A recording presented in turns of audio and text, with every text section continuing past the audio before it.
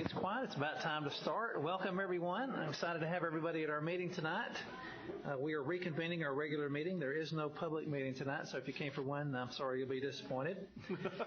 If you would, please rise for the invocation and pledge. Dr. Warren.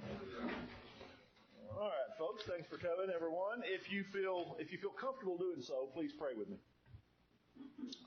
Our dear Heavenly Father, Lord, we thank you for this day, and we thank you for just this opportunity to serve our children in our school district, Lord. We ask that you be with our board members tonight as they make their decisions.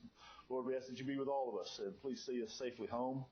And Lord, above all things, just we ask that you provide your love, your guidance, your protection, and your wisdom to our children. It's in your name we pray. Amen. All right, guys. We've got 3 awesome third graders from Thompson Elementary School. You guys go over to the mic. There's no personality there. All right. Isaac Nielsen, wave at everybody. There's Isaac. Isaac is a third grader. Susanna and David Nielsen, thanks for coming. Appreciate y'all. Mrs. Romer nominated Isaac. Isaac's favorite subjects are math and science. Nice, Isaac. He likes to play with his brother Andrew, jump on the trampoline, and investigate the bunny habitat in the backyard. He's also a Boy Scout. Mrs. Romer says Isaac joined us just last year at Thompson, and we are sure glad he did. He is friendly, funny, and very motivated. He is a leader who has high expectations for himself. Isaac, thank you for being here. All right. Yes, very good. And then we have Patrick Romer. Patrick, wave at everybody. Hi. Patrick, you love math, you love writing, and you're into jiu-jitsu, Patrick? Okay, no karate chops tonight, okay? I don't do karate. Okay, very good. Thank you for correcting me. You like to play soccer. I love swimming, video games, and hanging out with my family. Patrick exemplifies our trailblazer characteristics. He never gives up and knows what is accepting a challenge will help him be a better student. He's involved in UIL, DI, and running club at school. Patrick is a leader who loves learning, asking questions, and solving problems with gates and math. Patrick, thank you for being here. And then, excuse me. Paul, Leanne, wave at everybody. Okay, thank you for being here. And then Gabe Davis. Wave at everybody, Gabe. And Rebecca and Glenn Davis, thank you for being here. Gabe loves math and science with the Chromebooks, Adam. There we go. Gabe likes to play soccer, play laser tag, and jump on his trampoline. He also loves video games. Mrs. Romer says Gabe is a wonderful student who models trailblazer expectations for others. He loves his school, he loves learning, and he most definitely loves to have fun. He's kind to those around him and setting a positive example in leading our school. Gabe, thank you very much for doing this for us. So guys, we're going to do both pledges. So you guys, there's the American flag, there's the Texas flag. So lead us out, please. I pledge allegiance to the flag of the United States of America and to the republic for which it stands, one nation, under God, indivisible, with liberty and justice for all. Great. Now Texas. Honor the Texas flag. I pledge allegiance to thee, Texas, one state under God, one and indivisible. Great job, guys. Stay right there. We got a gift for you. Yeah.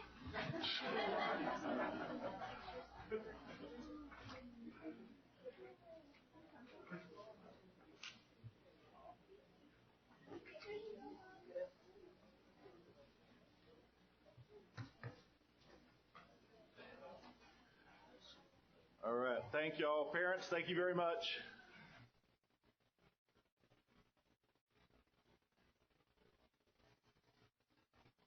To item number 5, which is recognitions. Dr. Warren. Mrs. Conklin. Yes, good evening. I'd like to invite Dr. Warren and President Schluter to the front so we can begin our recognitions. First, I'd like to ask physical education teacher Stacy Breckley from Cox Elementary, and I believe her principal's here, Ms. Kim Beacon, to come to the front. The Texas Association for Health, Physical Education, Recreation, and Dance has recognized Ms. Breckley for educating students about heart disease by conducting a jump rope for the heart or hoops for the heart event. She has been selected from more than 2,800 teachers as one of the grant recipients for the work she completed last school year. She's also one of 35 grant winners across the state. So she'll be recognized this winter during the Fort Worth Convention. Congratulations.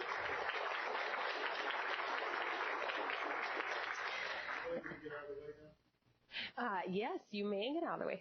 We may call you back for a picture, though. Okay. So this evening we have AVID coordinator, Ms. Deidre Peacock. If you want to go ahead and make your way over to the mic. She's from Tidwell Middle School, and she has student representatives with her that are a part of the AVID program from the middle and high school level from all of our secondary campuses. They're going to explain a little bit more about the AVID program and the impact that it's making in their lives. And I believe they also have something to present to each school board member as well. So Ms. Peacock, I'll turn the mic over to you.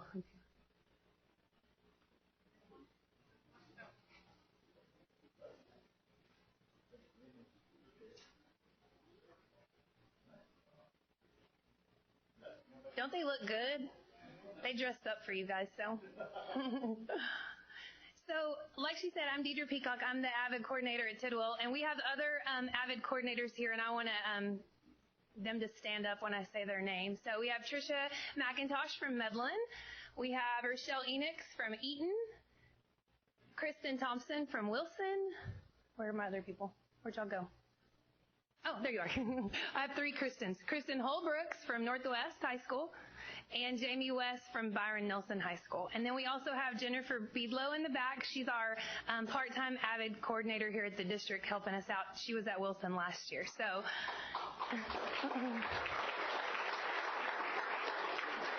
And one of our goals this year for AVID is just we want to get our kids out in front of the community this year, and so that you can really understand what AVID is and what it does for these kids. AVID is an elective class, and on paper that's what you see it as, an elective class, but it's so much more than that. I would have been an AVID kid when I was in middle school. I was a first-time college goer for my family. I made decent grades, but no one ever pushed me to do better academically. It was always athletically. And I got to college and had no idea what I was doing. I didn't know how to take notes. I didn't know how to study. I didn't know how to do anything. If I would have had AVID as in middle school or high school, I would have been so much better equipped for the real world than I was when I had to get there and figure it out on my own. So it's hard to explain in this short amount of time what AVID does for kids. So we're going to let them tell their AVID stories. They've done this before. Some of them have spoken public. Some of them, this is their first time. So I'm going to also let them introduce themselves because I don't know all of these kids. I've had a couple of them in class, but not all of them. So we'll start with Medlin's first. You want to come to the mic so I can hear you? Yeah.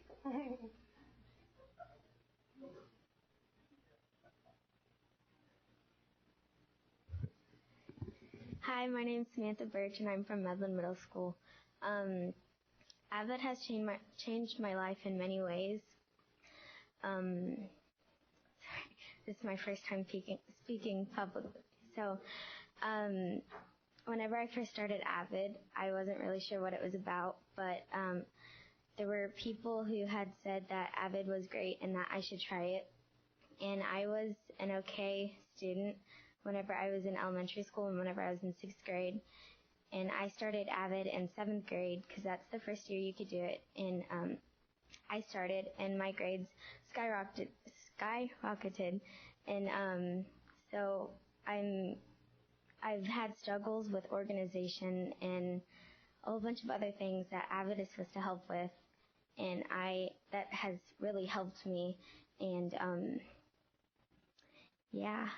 I have made a lot of friends from AVID through AVID, and I really think that I want to keep on with AVID, and I think that AVID is a great way to help people and help with grades and other needs. So, yeah.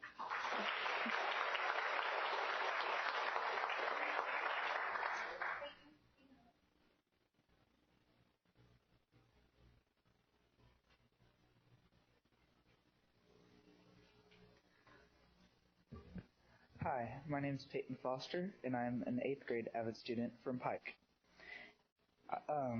AVID became a major turning point in my life as soon as I started. In the 6th grade, I failed every 6 weeks of math due to responsibility. AVID has helped me with that.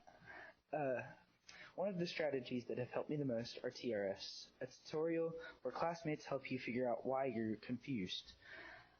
On the first couple of weeks of 7th grade, I wasn't starting off good. In fact, I was doing as poor as I was in 6th grade. AVID pulled me back on track, and I passed my first 6 weeks of middle school. I did so well up until Christmas break. I started going off track again and almost failed English. Luckily, the strategies helped me push through and pass English, and I got my best GPA with a 3.3. I want to continue in AVID so I can get a greater understanding of colleges and careers. I want to learn more about my major, biology and medics. This class has been one of the most interesting subjects to me, and I have 2 colleges that interest me, TCU and Texas A&M. I would like to major in biology and medics. This would be a great career for me, and I think I wanted to continue doing this by continuing to be an AVID student.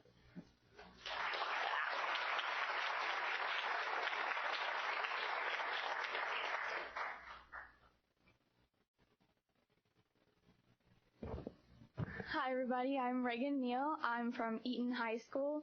I might actually start tearing up right now, so just warning. When I was in 7th grade, I was going down the wrong track, and thankfully Mrs. Peacock saw something in me and pulled me into the right track. And I like to say that Mrs. Peacock lit a fire under me. The TRFs, the Cornell Notes, the children, and the people just around me really inspired me to do something different in my life.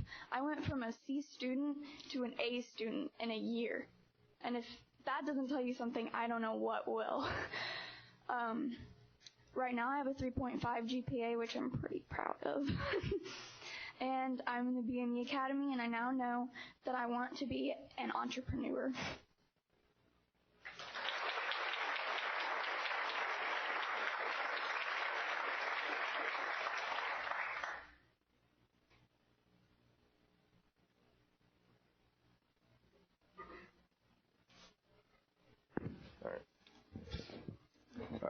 Hello, my name is Demarius Hosey, junior at Northwest. I moved out here my spring of my freshman year, and that's when I met Ms. Albrecht, and she told me how Northwest was beginning an AVID program. Because where I moved from in Houston, my old school had AVID, and it played a big effect on my life. And once Ms. Albrecht showed me getting in at Northwest, I was quick to sign up. AVID has played a big role in my life with time management. I say that because I'm a football player, and time management always helps me with practice, football recruiting, all of that, and then it just helps me make sure I stay on top of all of my grades, everything.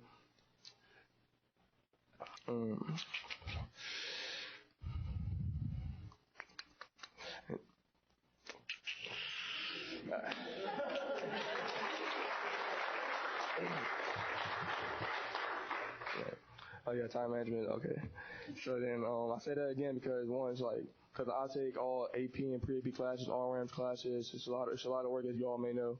And plus me being an athlete, so I get work on top of work on top of work. So Ms. Harbrooks always says on top of me about me completing all my stuff when it's due, on time, no slacking, can't do it. Then make sure I complete all my homework on time. And I just plays a big role in my life. So I feel like AVID helps me a lot.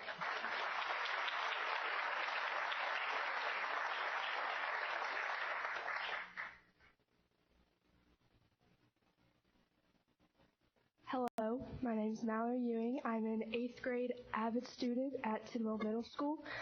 My speech is slightly longer than all of theirs. I apologize for that. It's not how big the house is, it's how happy the home is.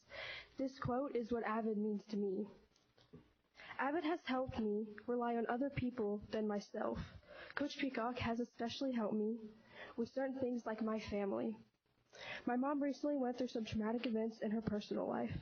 The scariest day of my life was when I came home from volleyball practice to find my mom in and out of consciousness in the bathtub. My dad told me and my sister that he might have to call an ambulance. Fortunately, he did not, but they soon left for the ER. The doctor my mom saw at the hospital told her that she was suffering from depression and she had a panic attack. So he recommended a mental health facility for her. A couple days after she left the hospital, she checked herself into this facility. Long story short, they wouldn't let her leave because she was possibly at risk of hurting herself or others, but my mom, that's not her. 2 days after she checked herself into that place, I got a phone call from her while in AVID class. She frantically told me to call my dad and that it was an emergency. I tried to call my dad, but he wouldn't pick up. Coach Peacock then came into the hallway where I had asked to talk to my mom. She asked me if I was okay several times, and I told her what was going on. She then walked me back into the room and told me that she would handle the situation. The idea about AVID that I want you all to understand is that it's not just another elective or another class that you want to be in because all your friends are. AVID is about how Coach Peacock checked on me in that hallway and then later walked me to the counselor's office. This amazing woman opened my eyes to the full potential I had with an academic future, and I will always be grateful for that. I'm proud to know that I want to attend Baylor University in my future. Baylor might be a long shot for a Division I school, but while I'm applying for college in 4 years, I will be proud. I'll be proud for all of my teachers who taught me, proud of Coach Peacock for believing in me, proud of my friends for letting me laugh with them, proud of my sister who is hopefully going to college after high school, proud of my dad for always taking care of me, proud of my mom for being so independent, but most importantly, I will be proud of myself for pulling through and showing everyone exactly how strong I can be. I wanted to continue at AVID for my 8th grade year because of Coach Peacock and the people I have met along the way. AVID has helped me show teachers and peers that I am not just another student with average grades. I am a student who does tutorials twice a week in my AVID classroom. I work hard and make sure that I have all my responsibilities in check. I am always organized and I teach myself and others the AVID way. I'm an AVID student. Thank you to my second and first family.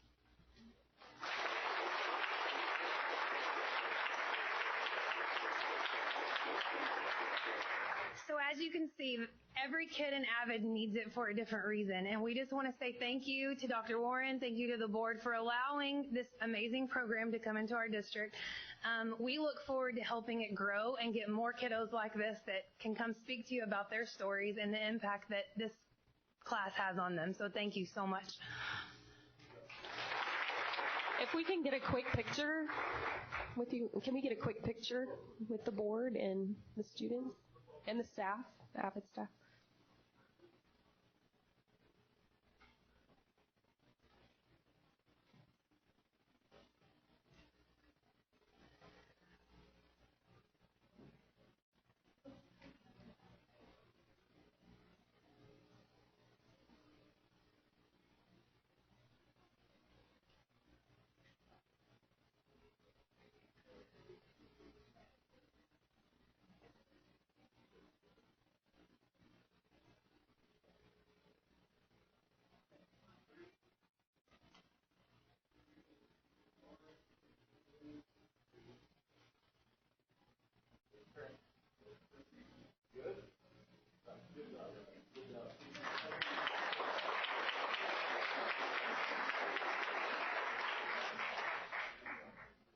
And this is all for our recognitions this evening.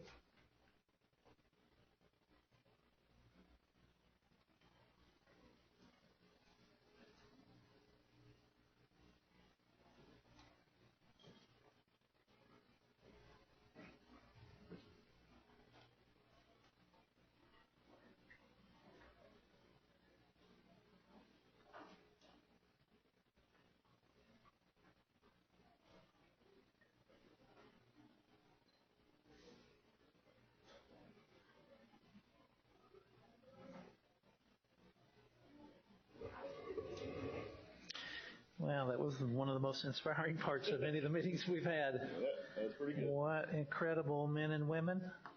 Seemed like the other day, Mel, we were just talking about this program when it wasn't at Northwest.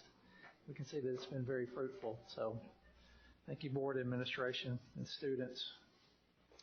Brings us down to item number 6, which is public participation. We do have one person that has requested to address the board.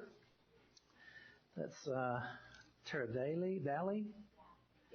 Okay. Well, as you will head to the podium and give your name and address, I will read this lengthy statement. So please hang on a minute and we'll get to that. This is an opportunity for the public to address the Board of Trustees on any matter, whether or not is posted on the agenda. Pursuant to board policies, BED legal and BED local, the Board of Trustees may place reasonable constraints on the number, length, and frequency of presentations so long as it does not unfairly discriminate among speakers based on their viewpoint. The Board of Trustees is not permitted to take action or discuss items of any presentations made to the Board of Trustees. At this time, concerning an item not listed on the agenda, if a member of the public or the board inquires about a subject for which notice has not been given, the board may only make a statement of specific factual information or recite existing policy. So at this point in time, you have got 3 minutes. If you would, please state your name and address for the record, and you may begin. Hello, my name is Tara Daly. My address is 2817 Chatswood Drive, Trophy Club, Texas. I know my allotted time is short, so I'll get directly to my comments. Like most parents with children enrolled at Byron Nelson, I looked forward to this school year with a sense of optimism and hope for the opportunities and challenges that would be presented to further my child's education. That sense of optimism quickly turned to dismay when I discovered that Byron Nelson, like many college campuses, has allowed the liberal socialist agenda to infiltrate its curriculum. My son is enrolled in 10th grade Advanced Placement World History. Of course, the topic is immensely broad, but one would think that any reasonable examination of world history, especially at the AP level, might include the study of topics such as World War I, World War II, the Reformation, the Renaissance, the Pax Romana, the American Revolution, the Gutenberg printing press, the medical and industrial revolutions, and the like. Unfortunately, instead of a thoughtful study of any of the widely agreed upon major events of world history, the students began the year with a discussion of Jared Diamond's 1987 article entitled, "The Worst Mistake in the History of the Human Race."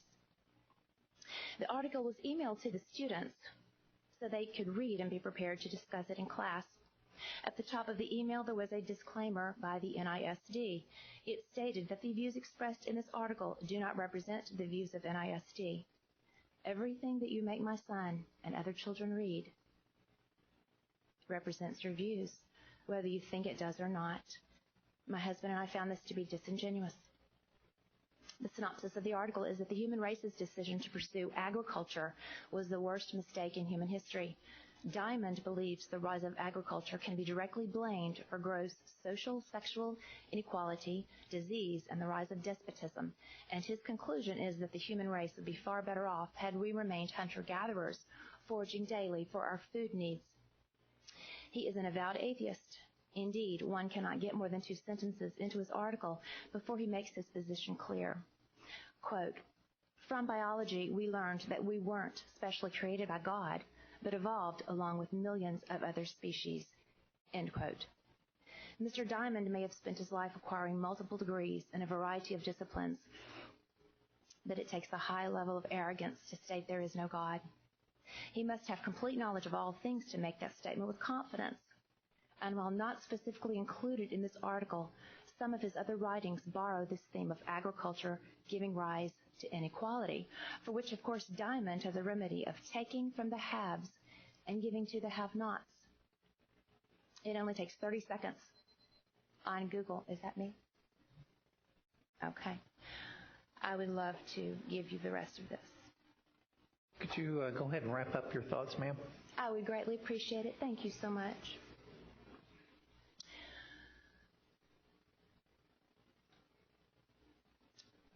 I give you this background on the author and the content. He is a geography professor, and not an expert in world history. I give you this background on the author and content not to make this into a political or religious discussion, yet I can't help but wonder why we are so eager to welcome the opinion of an arrogant atheist into our children's classrooms but silence any dissenting opinion. I just want to know, what on earth does this article or any of the geographer's opinions have to do with world history, and why someone thinks that 10th grade AP World History is an appropriate venue for this author's thoughts. My husband and I feel that this is not education but indoctrination. If the vision of Byron Nelson High School is to be an exemplary community, empowering learners with the knowledge, skills, and resources necessary for lifelong success in an ever-changing society, then I question that statement, and I question those who are making curriculum decisions for my son and his classmates. I'd like to know when the world history class is eventually going to start learning world history. After all, we can't empower learners with the knowledge if we aren't even teaching the facts.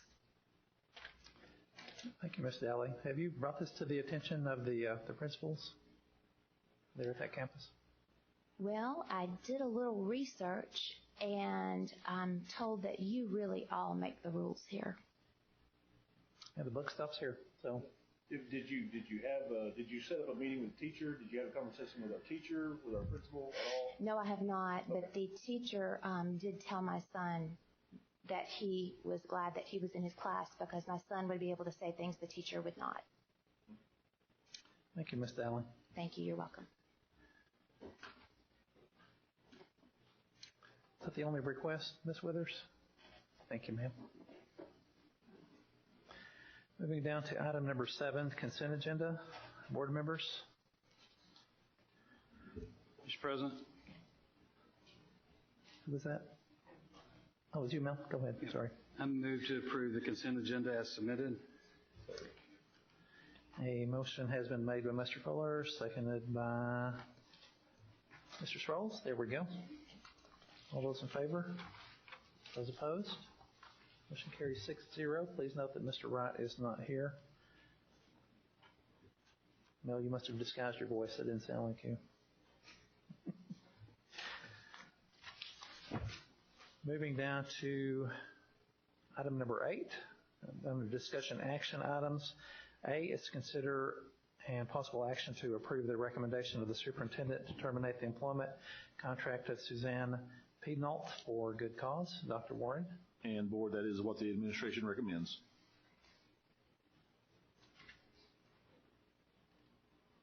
Board members?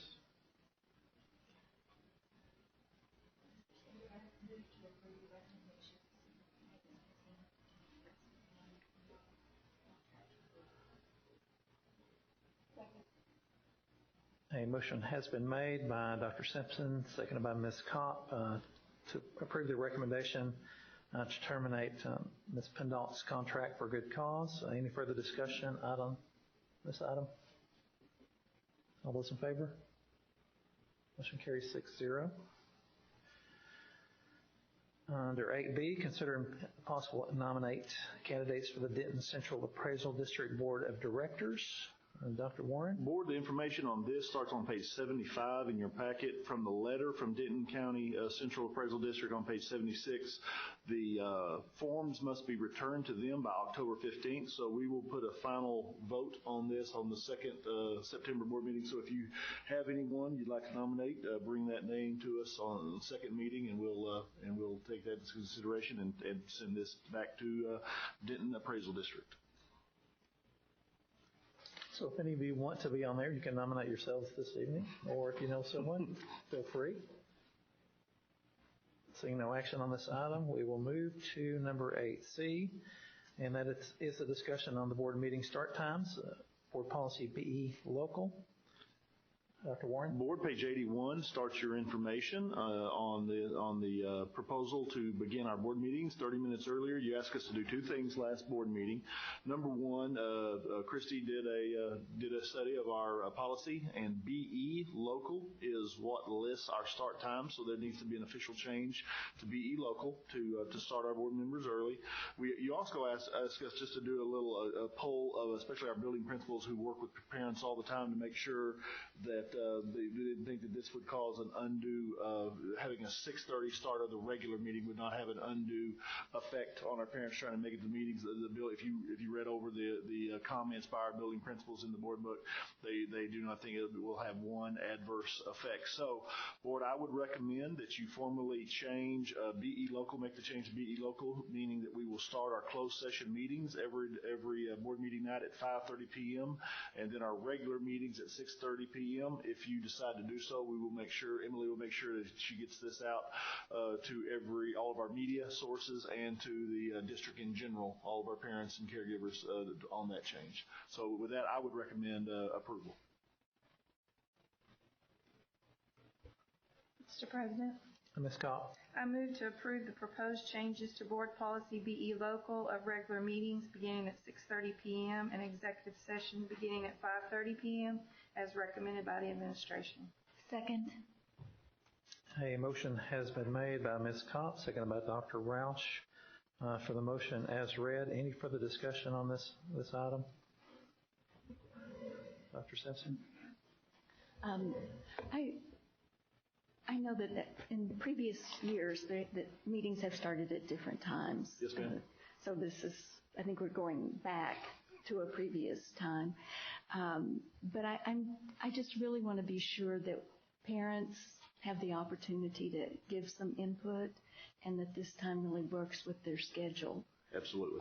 I saw the principal comments, but I really didn't see comments from parents, and I don't know how best to get that, but I think it's very important that parents be able to participate. Well, and I understand that. That's the reason why we went to the building principals, just because they have so many events that they put on every week, every semester, every 6 weeks, and really there was no comments made that they did not feel parents could make it to anything that they felt that were important with a 6:30 start time. No, I think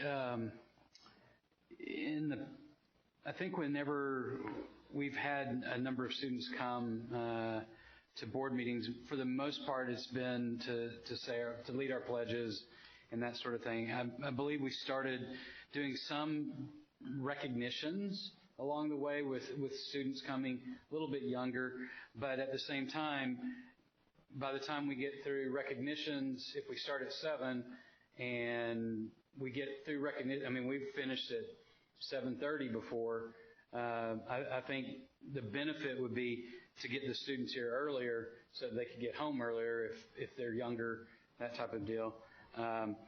A question would be, whenever we get into the budget workshops into the spring, are we going to be looking at backing that up even further into 5 o'clock and 4:30? Or can we work on that? That's completely up to your will. Okay. Whatever, usually the board president for specially called meetings, the board president will make sure that everybody can attend. So that the special meetings, the workshops, things are y'all's pleasure. Okay. All right. Thank you. Any other comments or questions? Motion has been made and seconded. Any further discussion? All those in favor? Those opposed? Motion carries 6-0. All right, so board, for your calendars, the meeting that we had already set up, the specially called meeting that we'd set up for next week was already set up at 5:30. The Team of 8 training is at 5:30. So the next regular board meeting we have is the 25th, and so we'll move that back. So at the September the 25th, Monday the 25th, we'll start executive session at 5:30. Thank you, Dr. Warren. Moving to 8D, consider annual review and revisions of Northwest ISD Board of Trustees Standards of Professional Practice. Dr. Warren. Board, this is your reference and communication tool for our families and for our communities. This is something that you review this time every year. You usually review it first September board meeting and approve it second September board meeting. Mrs. Hobbs has already done some of your homework for you. She's already made the appropriate revisions to comply with new laws. So you can look through there. She's got those red inked in your copies that are posted in your board packets. Dr. Roush has already found another revision that we need to make. Great job, Dr. Roush. And so if you will review this over the next couple of weeks, we will bring this back and If you will just send me those revisions that you would like to see made, and we will compile them, and then the final version will be presented to you on the 25th. Board members, is there anything in particular you want to talk about now? Dr. Simpson? Hard copy? Yes, we do. Yes, we do. Yes, we do. Would you like a copy? I can get you a copy. We will make 7 copies. There you go. Yeah, that is a very important document and one that we should revisit on occasion just to make sure that we're all on the same page. I think y'all are leaders in this. There's boards who have this, but there's quite a few boards that don't have a document like this that guides them. So I think we're ahead of the curve using this document. Any further comments? Seeing none, we'll move down to reports. Item number 9A is the naming of facilities on elementary school number 18. Dr. Warren? Mrs. Conklin. Yes, good evening. I'm excited to present to you that we're going to start the naming process for elementary number 18. Just to go over, it is in support of our strategic goals 3 and 4, which focus on communications with our community, and then our facilities goal. So you can see the criteria on the screen. We follow board policy CW local, and that's all in policy online. But for buildings serving kindergarten through 8th, these are the 4 criteria listed below that we follow when considering names that our community can submit to us during this process. This is a look at the timeline that we have. So starting Monday, the call for names will open, and that will be open for a period of 4 weeks. So we'll close that the evening of October 13th. We'll meet with our naming committee to review those recommendations, and then we will come to you with a recommendation in November, and then hope that you will make a final decision in December. So that will be what our process looks like. We'll use the following different channels to promote the call for name recommendations. So that'll be on our website, social media, all of our newsletters, word of mouth, as we know that's very helpful even so now, and then text message. So we do have an electronic and a paper form for people to be able to submit. Any questions? I have a quick question. Yes, ma'am. Any of the names that have been previously submitted that were not selected for other buildings, do they need to be resubmitted, or do you keep those? I have a big binder of all of those. So yes, when we meet as a committee, we still look at all of those. Okay. Absolutely. Yes, ma'am. Who comprises the committee? It is an internal committee. Okay. That's internal staff committee. In you want me to go through? Yeah, the central office, campus. It's central office representatives that comprise that committee. Any other questions? Thank you, Ms. Conklin. Good job. Moving down to 10, any items removed from consent agenda, and there were none. Moves down to the board president's report. Just a reminder, September the 18th at 5:30.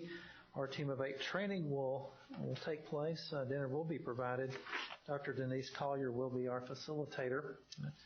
If you recall in the last meeting, Dr. Warren gave us quite a laundry list of ideas of things that we'd like to look at in the next 5 to 10, maybe 15 years and beyond. So those will not be particularly discussed individually. They're just kind of there for our vision of the administration and moving forward. I'm sure some of those, if you want to take a look at them and kind of reinforce those back as goals for Dr. Warren and the administration, then we'd like for you to do that. Again, there's a lot to pare down there to make sure that we move forward. We're a premier district, and we want everyone to know that the goals and things we set forth will come true.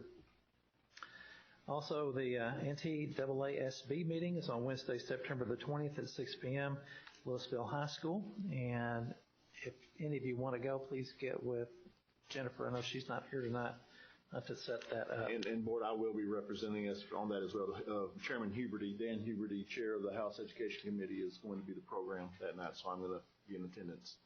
Excellent. Thank you, Dr. Warren.